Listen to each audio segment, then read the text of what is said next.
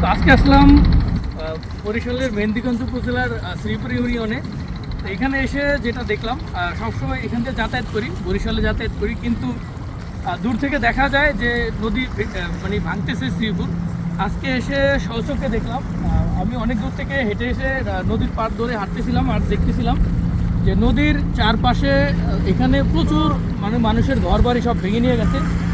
সাথে মসজিদ আছে, মসজিদও দেখলাম একটা, যে সেটারও অবস্থা খুবই নদীর পাড়ে খুবই জড়সড় অবস্থা। আপনারা যদি এখানে একটু দেখেন, নদী কিন্তু একদমই জড়সড় অবস্থা, সব ভেঙে নিয়ে যাচ্ছে। একজন দেখলাম যে দুঃখ প্রকাশ করতেছে, তারা ভাবছে আমরা হয়তো কোনো সরকারি কোনো সংস্থার লোকজন। তো সে বলতেছিল যে ভাই এগুলো ভিডিও করতেছেন, আর কত বছর ভিডিও করবেন, আমাদের তো কোনো সমাধান হচ্ছে না, নদী সব ভেঙে নিয়ে যাচ্ছে।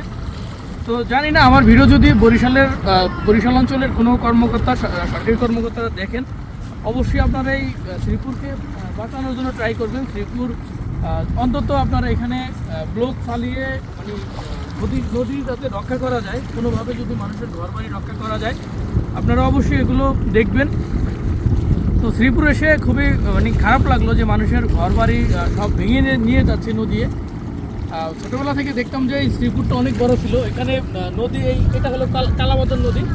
এই নদীটা অনেক সরু ছিল, কিন্তু এখন এই চ্যানেলটা এত বড় হয়ে গেছে, এটা খুবই দুর্ভাগ্যজনক আসলে, যে এই শ্রীপুরকে দেখার মতন কেউ নেই। তো এই ছিল শ্রীপুর নিয়ে আমার কথা। ভিডিও যদি কেউ দেখেন, অবশ্যই শ্রীপুর নিয়ে কাজ আপনারা সচক্ষে আসবেন শ্রীপুরে, এসে আপনারা দেখবেন, এরপরে ডিসিশন নেবেন যে আসলে শ্রীপুরকে কী করা উচিত।